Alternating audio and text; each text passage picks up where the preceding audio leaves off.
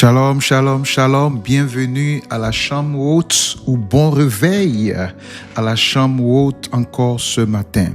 Nous sommes aujourd'hui au 3e jour de 10 jours d'attente du Saint-Esprit. 10 jours où nous croyons fermement que cette Pentecôte sera la meilleure des Pentecôtes qu'on ait jamais vécues.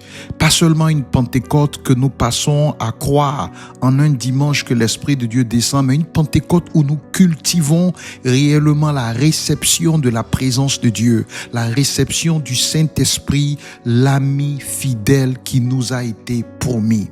En ce 3e jour donc de nos 10 jours de chambre haute, comme ça a été le cas pour les disciples, notre thème c'est « Vous recevrez une puissance ». Et vous avez deviné juste, le passage de base se trouve dans Actes le chapitre 1, le verset 8 qui dit ceci: « Mais vous recevrez une puissance, le Saint-Esprit survenant sur vous, et vous serez mes témoins à Jérusalem, dans toute la Judée, dans la Samarie et jusqu'aux extrémités de la terre. » Voici une mission puissante, une mission structurée et une mission pour laquelle le Christ nous a équipés.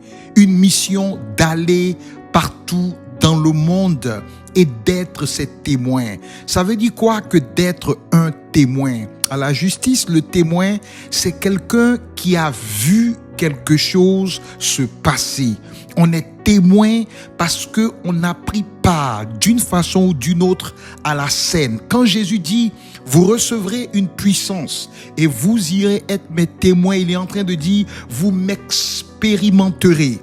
Vous allez être témoin d'une façon ou d'une autre de la puissance que je transporte et vous irez en parler, en être les représentants partout dans le monde. » Quelle puissante mission! Mais quel engagement est-il pour nous de savoir que nous sommes censés aller témoigner du Christ? C'est la raison pour laquelle nous ne voulons pas le faire sans être équipés. Et notre prière de ces 10 jours, c'est de recevoir cet équipement. Il dit, vous recevrez la puissance. Cette puissance, c'est le Saint-Esprit.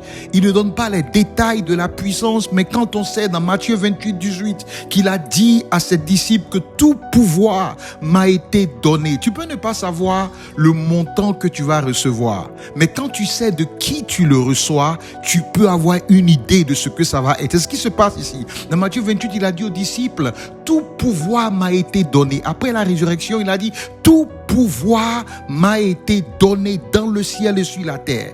Donc c'est celui qui dit que tout pouvoir m'a été donné qui dit vous recevrez une puissance. Si l'homme le plus riche de la ville te dit tu recevras de moi de l'argent, tu peux t'attendre à quelque chose de bon. Je déclare que nous recevons une puissance, le Saint-Esprit qui survient sur nous. Allez là-bas, sonda là-bas, caille là-bas, prie avec moi maintenant. Je reçois une puissance, le Saint-Esprit qui survient sur moi afin que je sois le témoin du Christ. Je reçois une puissance cette semaine, le Saint-Esprit qui survient sur moi afin que je parle de lui avec audace, avec assurance, avec signe qui révèle que je suis témoin oculaire de la manifestation de sa puissance.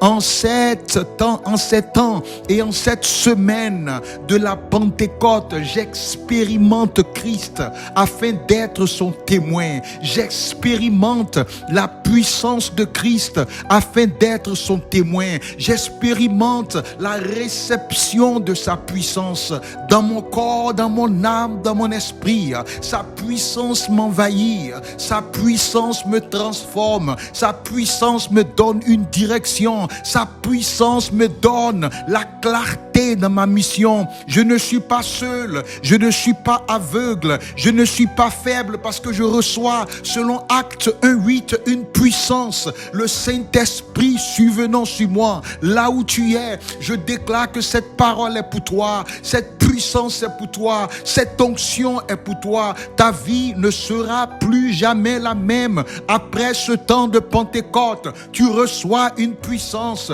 tu reçois une puissance. Dis-le, je reçois une puissance, je reçois la puissance du Saint-Esprit. Alléluia. Remarquez ici, ils étaient à Jérusalem. Il dit que lorsque vous recevrez la puissance, vous serez témoins à Jérusalem.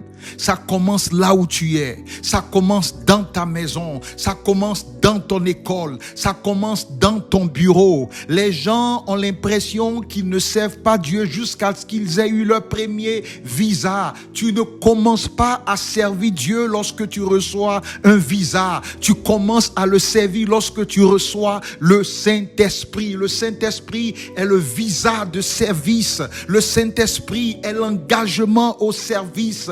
Karebo Santa Yaraba. Nous recevons le Saint-Esprit cette semaine. Il détruit la maladie dans nos corps. Il détruit la sorcellerie dans nos corps. Il détruit la stagnation dans notre corps. Et nous devenons témoins de Dieu, témoins de Jésus-Christ. Par notre voix, des malades guérissent, des situations changent parce que nous recevons le pouvoir de celui qui a le tout puissant. Au nom de Jésus, nous avons prié. Et quelqu'un dit très fort, Amen, Amen, Amen, Amen. Reçois sa puissance et on se revoit demain. Hallelujah.